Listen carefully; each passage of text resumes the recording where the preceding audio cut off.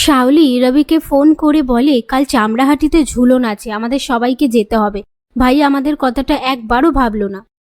কথা শুনে রবি আপন মনে বলে এই সুযোগ তো হাতছাড়া করা যাবে না। এই বলে ফোনটা রেখে খোকনকে ফোন করে বলে কাল ঝুলন উৎসব আছে, কুমকুম ঈশান সবাই যাবে চামড়াহাটিতে, জবরদস্ত প্ল্যান করতে হবে। এই নিয়ে তারা কথা বলতে থাকে।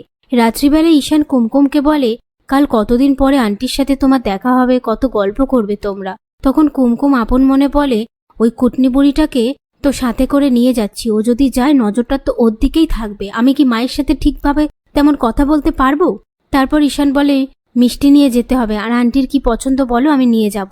কুমকুম ঈশানের কথায় শুধু হু হু করে গেলে ঈশান বলে কি হয়েছে তোমার? কুমকুম বলে কই কিছু হয়নি তো। কথা শুনে ঈশান ঘুমিয়ে পড়লে কুমকুম আপন মনে বলে আমার কিছু হয়নি বলে একবারও জিজ্ঞাসাও করবে না। এই রাগে ড্রেসিং টেবিলের ওপরে জোরে হাতটা দিয়ে বাড়ি মারলে ঈশান চমকে উঠে বলে কি হয়েছে?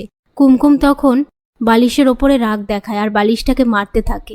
সেটা দেখে ঈশান বলে তুমি বালিশকে এরকম ভাবে পেটাচ্ছ কেন? ছোটবেলায় আমিও এরকম করতাম। কুমকুম বলে বালিশকেই তো মারবো, আর কাকে মারবো? এই নিয়ে তারা কথা বলতে থাকে।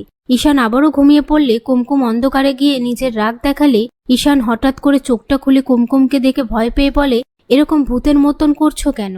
সেই মুহূর্তে কুমকুম নিজের মান বাঁচানোর জন্য অনেক গ্লাস করে জল খায়। ঈশান বলে এত জল রাতে খেও না, প্রবলেম হবে। কিছুক্ষণ পরেই কুমকুমের জল খেয়ে অসুবিধা হতে থাকলে ঈশান বলে তুমি শুয়ে পড়ো। কুমকুম আপন মনে বলে যতক্ষণ না আপনি জিজ্ঞেস করবেন আমার কি হয়েছে আমি শোবো না। অন্যদিকে খোকন তাপসকে ফোন করে বলে কালকে অভয়দার বাড়িতে কুমকুম আর ওর নতুন শ্বশুরবাড়ির লোকজনেরা আসবে। এই বলে ফোনটা রেখে দিলে তারপর সেই কথাটা তাপস অভয়কে বললে অভয় বলে আমি তো কিছুই জানি না, দাঁড়াতো, আমি কিছুতেই এই ঝুলনের উৎসব হতে দেব না। পরের দিন কুমকুম মা ধ্যানেশ্বরীর সামনে বসে প্রার্থনা করে যাতে সবকিছু সুষ্ঠুভাবে হয়, যাতে কোনো বাধা না আসে।